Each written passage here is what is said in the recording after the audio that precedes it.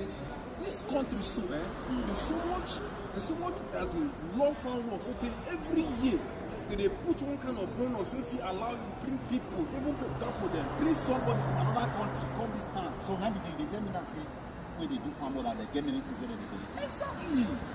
And see, that's when they do farm work, they benefit something pass with the fabric. So you know you don't feel good that work. Plus, apart from farm work, I know my hand and my leg no full. Farm work I die put. You understand? So you today that you still go farm.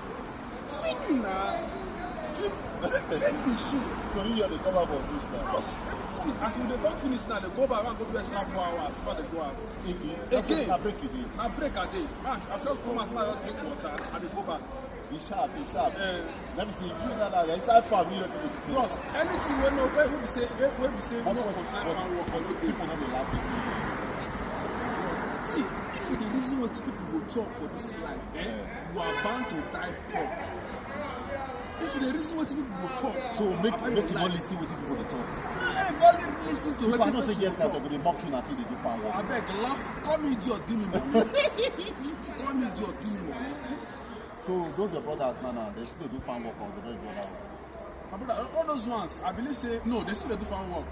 Because if that one maybe say still try fabrica, and later inside this year so, because now I come 3 years ago, inside this year still call me say man, you won't come back to the farm work because you will get a clear for the farm work. Yeah, because you don't brand them.